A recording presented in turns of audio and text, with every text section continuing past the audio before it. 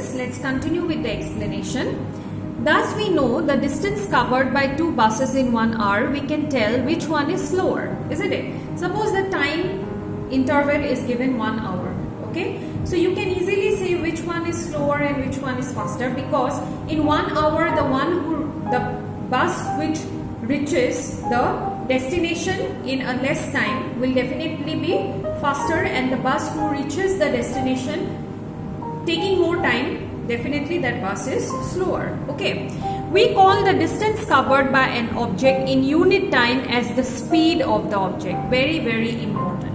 So what is speed? Speed is the distance covered by that particular object or that particular vehicle in unit time. Unit time means in a given amount of time. Suppose the time given is 1 hour. Okay, so in 1 hour which bus will reach faster? Okay, so how can we say, looking at the speed of the bus, the one who reaches faster has more speed, and the one who reaches slower, later, will have less speed.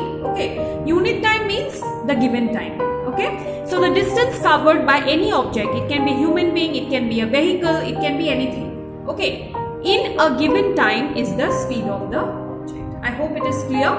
So when we say that a car is moving with a speed of 50 kilometers per hour, okay, so 50 kilometers per hour means 50 kilometers in 1 hour. Okay, it implies that it will cover a distance of 50 kilometers in 1 hour. So per hour means 1 hour.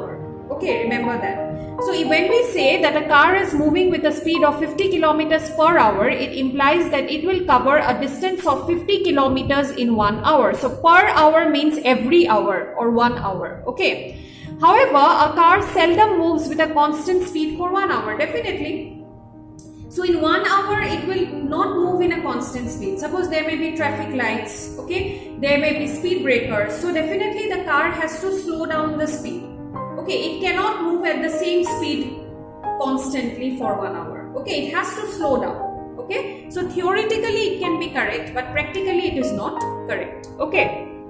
In fact, it starts moving slowly and then picks up speed, isn't it? So when you start from your home, do you start at a speed of 50 kilometers per hour? No. Okay, you start by 10 kilometers, then you increase your speed, and when you reach the highway, then you speed up, isn't it?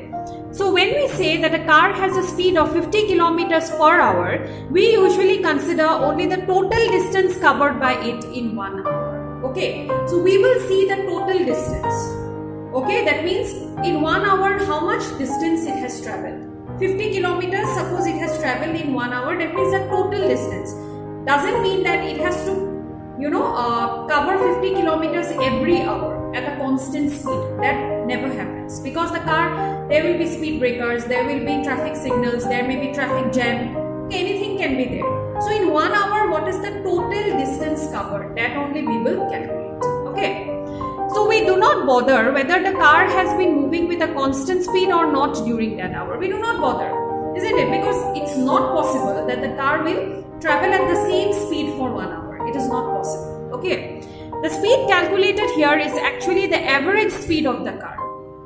Average, I know, na? I think you know how to calculate. Suppose I tell you, you find out the average age of the students in your class. And suppose your class has 20 students. So how will you calculate? You have to add up all the age of the students divided by 20. They are divided by the total number of students. Okay, that is the average. Okay, so the speed calculated is actually the average speed. That is how much speed it has covered in every hour. Suppose in the first hour it has covered, how much distance it has covered in every hour. Suppose in the first hour it has covered 50 kilometers. So you will write 50 plus. Second hour it has traveled, suppose 30 kilometers, 30 plus. Third hour it has traveled, suppose 20 kilometers, 20. Divided by how many hours you have found out? 3 hours. So divided by 3. So that will give you the average. Okay. So in this book we shall use the term speed for average speed.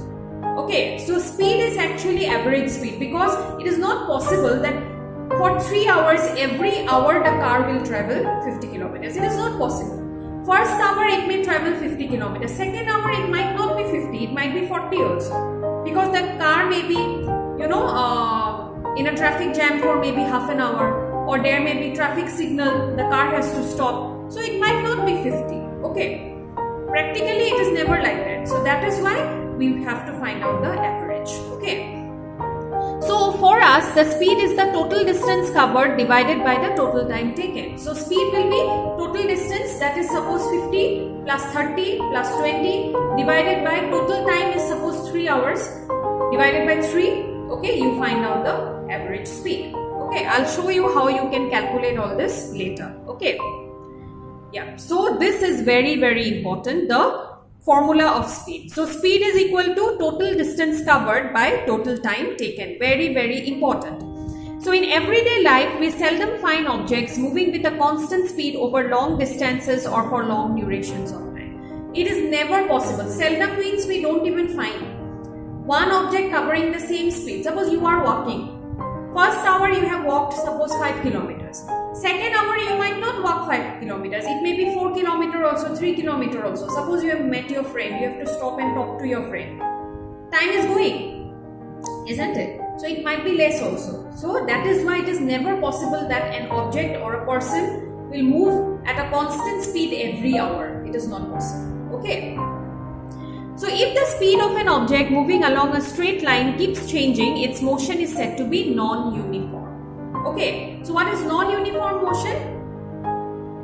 Okay, so if the speed of an object moving along a straight line keeps on changing, okay, suppose the speed keeps on changing, it is called non-uniform. On the other hand, an object moving along a straight line with a constant speed is said to be in uniform motion. Uniform motion practically is not possible because an object cannot move with the same speed throughout the day. Okay, it is not possible.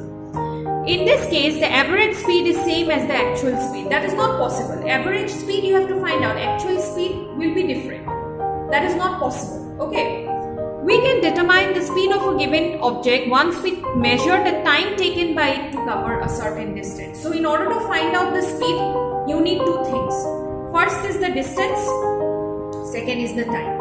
Okay, so when you have the distance and you have the time, you can find out the speed. So I will explain it to you properly in the next class. Okay, I will also show how the speed is calculated. Okay, so for today, thank you all of you and have a nice day.